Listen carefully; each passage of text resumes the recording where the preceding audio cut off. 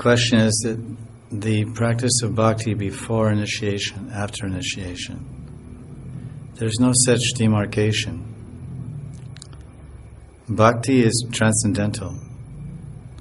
Just like the chanting of Krishna's name is described Madhya Lila Chaitanya Charitamrita, it does not depend on initiation, does not require initiation, nor does the chanting of the Maha Mantra require Purush Charan. Purush Charan is a type of brat, vow or whatever, a vow of fasting, and mostly it's about mantras, chanting so many lakhs of the Gopal mantra. Because generally when you're getting mantra diksha, not nam, but mantra, Gopal mantra, Krishna mantra, Kam Gayatri, then that to attain siddhi or perfection, that mantra, you have to chant that mantra 1 lakh, 2 lakhs time in so many days, and do a yagi every day, feed Brahmins every day, and many rituals for this Purush Charan Brat.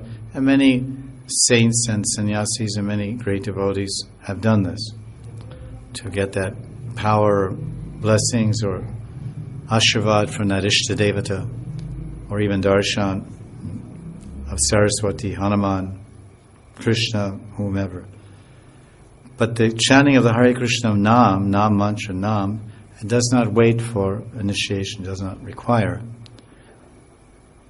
So the name is transcendental. Namachintamani Krishna, Chaitanya Rasa. So the name of Krishna, whether you're initiated or not initiated, if you chant Hare Krishna, you're getting the benefit of bhakti. It is bhakti. It's Shravanam Kirtana Vishnu. There's no greater form of Shravanam Kirtana Vishnu than to hear Krishna's holy name, chant Krishna's holy name, and meditate on Krishna's form and qualities and pastimes. If you're doing that and you're not initiated, you can't say that's not bhakti. That's bhakti, and Krishna's blessing you. You're getting blessed, and you're getting purified, and you're getting a taste, and you're feeling something. Now, when you get diksha, then you're formally accepted, because this is the shastra. Now because you're practicing bhakti, and you're getting the benefits of practicing bhakti. But bhakti has different levels. There's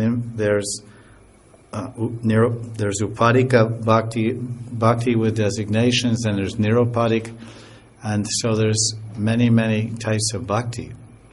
So to attain prema, Krishna prema, then you must be anugatya.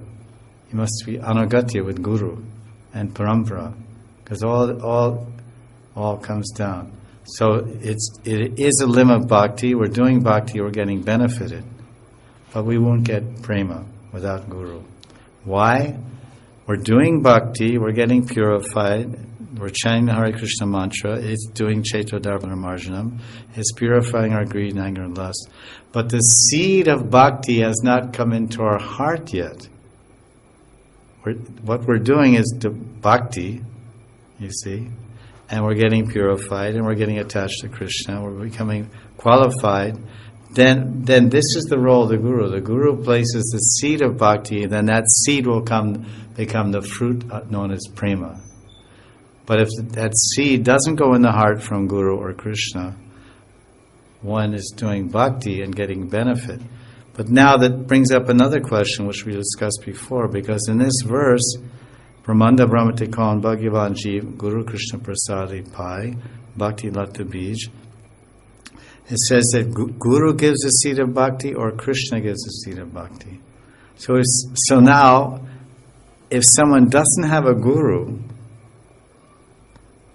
they haven't obtained diksha, but they're doing bhakti, how are they doing bhakti?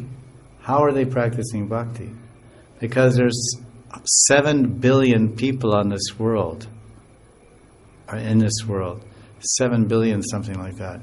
And how many are practicing bhakti, with guru or without? Nothing. Just a few handful. So how is it? Bhagyavan Kon. It says, Brahmanda Brahmate Kon Bhagyavan. Kon Bhagyavan. Kon Bhagyavan. Who is that? fortunate person. Bhagyavan, that possessor of fortune, the Bhagya. Kaun, who is that? So Krishna somehow signals a person out, and he inspires a person to chant and do puja and offer their food. And they're just Sunil Gupta. They haven't. But Krishna has given them bhakti. They're practicing bhakti. They're going to advance in bhakti.